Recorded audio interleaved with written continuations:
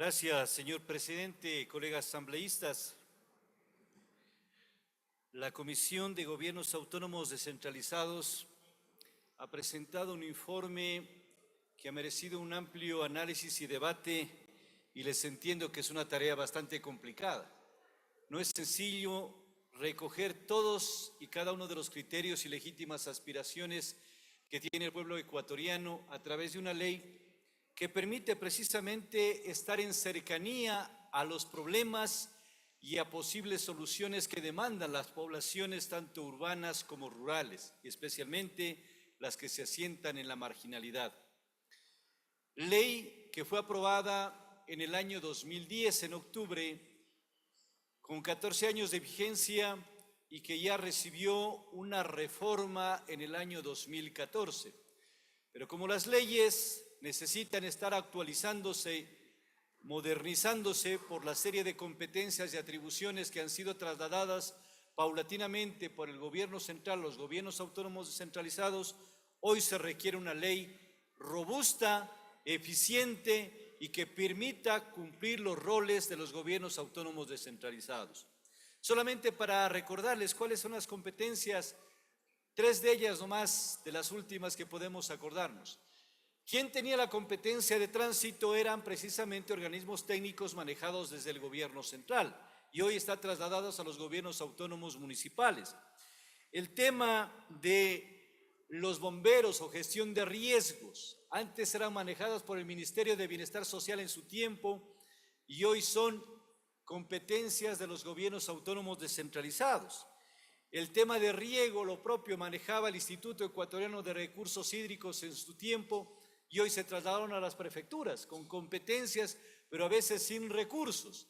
Y bien lo que decían nuestros colegas que tienen experticia y experiencia por haber desempeñado cargos dentro de los gobiernos autónomos descentralizados, como Rafael Dávila, como Jaime Guevara y otras personas que han establecido sus puntos de vista muy valiosos. Hay necesidad de normar algunos temas muy puntuales. Yo creo que es básico y fundamental poner un límite muy específico al gasto burocrático. No se pueden convertir los gobiernos autónomos descentralizados en cualquiera de los niveles, agencias de empleo, en perjuicio y detrimento de la demanda de los problemas de la ciudadanía. Ese 30 y 70% que nos parecía muy equilibrado, es decir, 30% para gasto corriente como tope máximo y 70% para gasto de inversión, debería ser considerado. ¿Por qué? Porque si nosotros hacemos a la inversa, como miramos en muchos gobiernos del país que tienen una altísima carga de gasto corriente, no van a atender nunca las necesidades.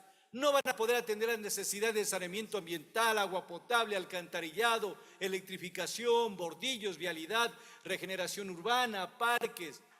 Y además que no atienden, pero sin embargo siguen endeudándose en organismos estatales, en organismos que les dan esas facilidades. Y también sería importante que se considere un límite de endeudamiento, porque vemos experiencias que llegan nuevas autoridades a los gobiernos autónomos descentralizados y ya no tienen cómo endeudarse más, porque el endeudamiento ya ha llegado a su cupo máximo, a su tope máximo.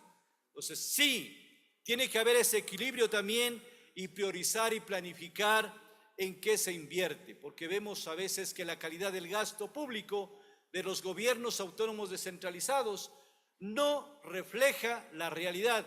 Y ahí miramos siempre quejas de que no tienen muchos sectores todavía en pleno siglo XXI agua potable, no tienen alcantarillado, no tienen saneamiento básico y después se quejan el tema de salud. Hay los problemas gastrointestinales, hay problemas de niños que tienen desnutrición, precisamente es por falta de que los gobiernos autónomos también se involucren con sus autoridades en atención de esas necesidades básicas.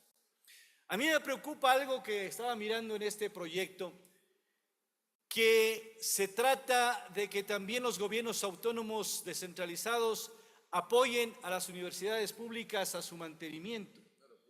Eso me parece desproporcionado. Las universidades tienen su propia ley tienen el FOPEDEUPO, que es el que establece los recursos para esos centros de educación superior. No está mal que se establezcan convenios de cooperación. Sí, hay que hacerlo. Hay que ayudar a que las universidades nazcan, crezcan, desarrollen, porque es servicio a la colectividad, pero en ciertos límites. Solamente para citarles un caso, nosotros, cuando se creó la Universidad Politécnica Estatal del Carchi, quien habla se desempeñaba como alcalde del Cantón Tulcán y pudimos entregar un terreno para que ahí se establezca la universidad y se construyó lo que es la moderna universidad, una de las más modernas a nivel de todo el país como universidad pública, gracias a las autoridades serias responsables que han pasado en ese centro de educación superior. Por lo tanto, me parece también un acierto el que se restablezcan competencias para ayudar a la educación secundaria, primaria, porque no sé por qué les quitaron esas competencias. Cuidado, gobiernos municipales u otros organismos seccionales, de invertir en temas de educación, lo que es escuelas, colegios, aulas escolares, canchas deportivas, mantenimiento, pintura, cambio de cubiertas. Si están cayéndose a pedazos las instituciones educativas y si no se recurre a los gobiernos descentralizados, ¿quién les va a ayudar? ¿Quién les puede atender? Esto me parece interesante, que nuevamente lo que me parece que deberíamos hablar con bastante tino y cuidado, el que asumamos competencias en los temas de salud. No se le puede tampoco deslindar de responsabilidades al Estado, al gobierno central. A él le corresponde atender todas las demandas y necesidades de salud y otros sectores. El tema de vialidad en las vías de competencia nacional y dejar que sean los gobiernos provinciales los que atiendan la vialidad rural y las municipalidades lo urbano. Hoy se dijo una verdad. A veces existe una competencia no comprendida entre lo que significa prefectos y lo que significa alcaldías. Pero aquí se dijo una razón muy clara. Es que donde la mayor parte de la votación está en el perímetro urbano, por lo tanto hay que meterse a sacar los votos haciendo cualquier cosa, inclusive competencias que no llevan a ninguna causa lógica.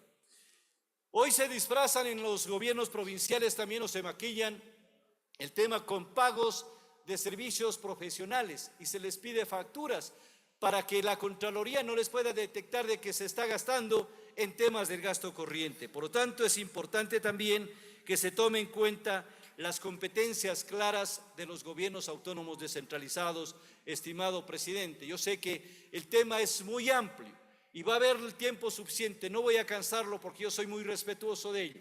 Va a haber el tiempo suficiente con la anuencia de la presidenta de la comisión, de los miembros de la comisión y la anuencia de ustedes, de que retorne nuevamente a la comisión por 8 días para que se recojan los valiosos aportes que han realizado esta mañana y podamos nosotros entregar a la ciudadanía y de manera muy fundamental a los gobiernos descentralizados una ley que valga la pena. Gracias, presidente, colegas.